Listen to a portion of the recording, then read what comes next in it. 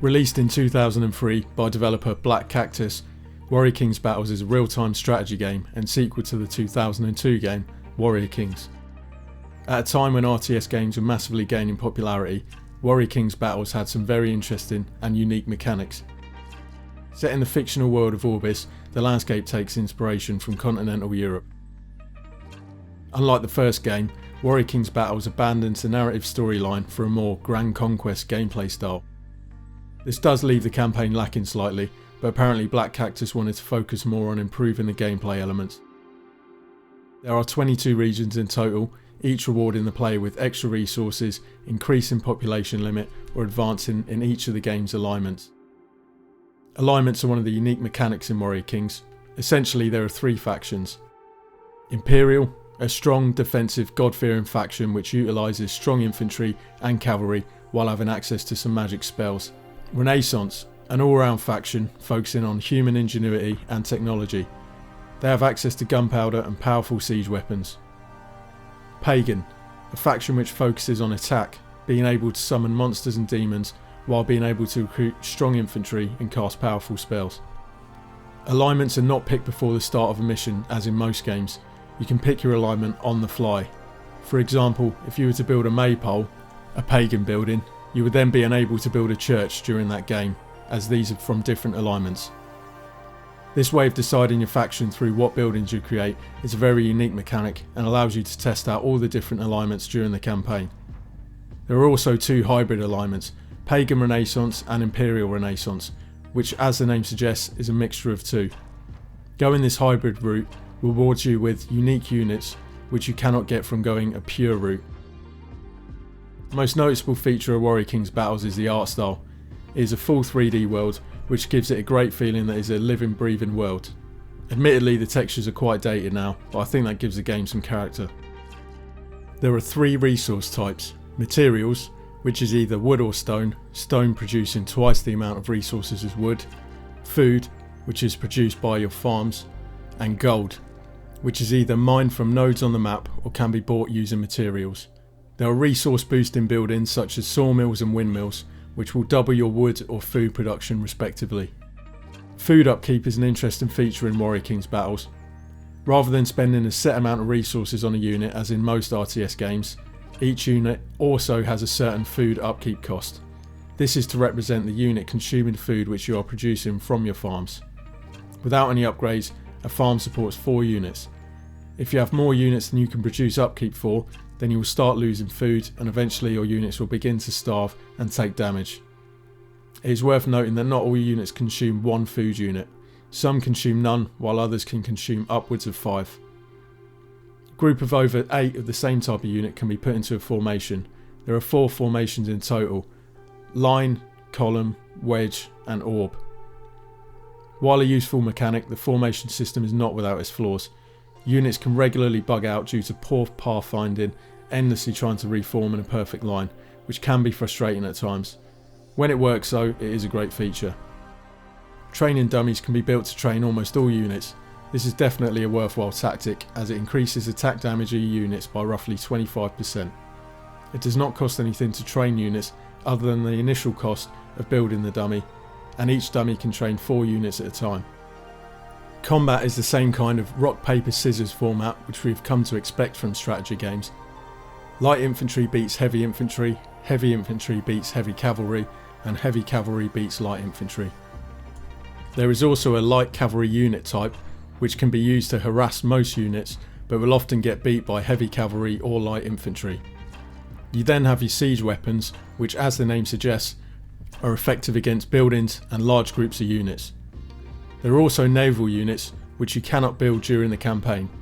This is disappointing. The reason I can only assume is that they did not design the AI to be able to properly use them. Only a handful of maps would benefit from the use of naval units. Overall, the unit types are fairly varied for each alignment, creating unique tactics and playstyles for players to try out. The fantasy element adds a different style to that of many RTS games of the time.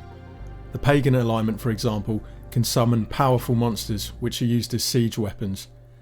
Their Archdruid unit can cast spells which turns resources into monsters, such as tree elementals, which can do a decent amount of damage to buildings but are vulnerable to fire. The Imperials can recruit various religious units which can cast spells on enemies, including plagues and lightning strikes.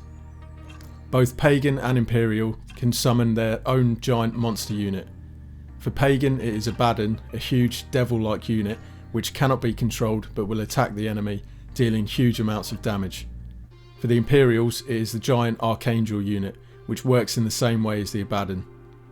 The Renaissance alignment cannot recruit either of these, but makes up for it with its powerful gunpowder siege units. Range units in Warrior King's battles use ammunition. Once the bars at a range unit's base deplete, their reload speed will be dramatically decreased, until either they're resupplied or if they stop firing for a while. They can be resupplied by supply wagons, watchtowers or a barracks. Range units can fire further and deal more damage the higher they are. This means it's greatly beneficial to place your range units or watchtowers on top of hills. It also increases line of sight. There are more than a few special units in Warrior King's battles. These include a Scout, which is a fast moving unit who can be set to automatically explore the map and discover the enemy's base. They can scale mountains and swim rivers. A Spy, who can be sent to an enemy's base to keep an eye on their progress. To an enemy, a spy will be displayed in their colours, so it will be easy to miss unless inspected closely.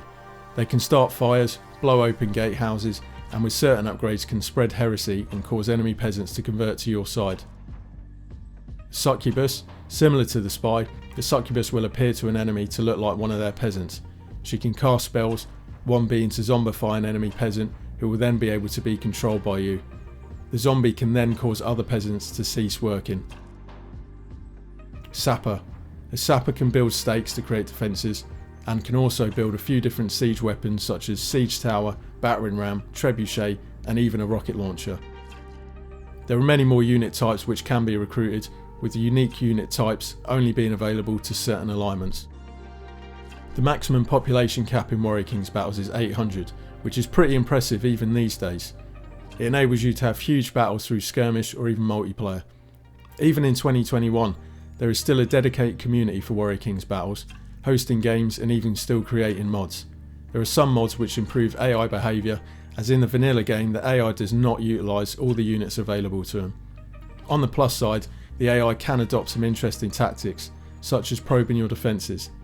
If you massively build up defences on one front, the AI will try and find an easier route to your base.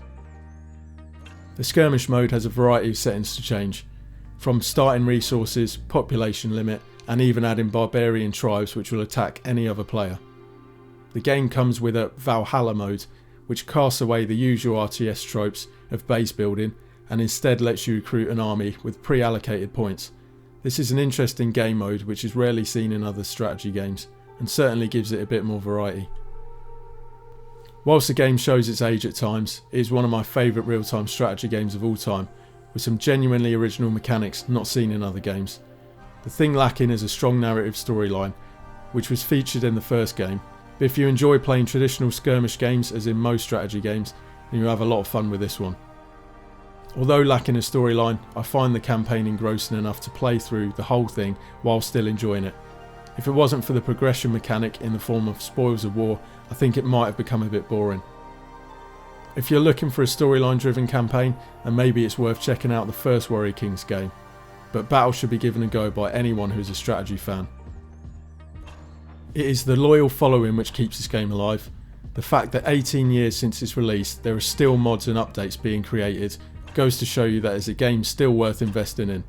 It builds upon the unique foundation laid by the first game and improves upon it. It is a real hidden gem, and if you like the look of it, I would strongly recommend you giving it a go. You can pick up Warrior King's battles by following my Greenman Gaming link in the description.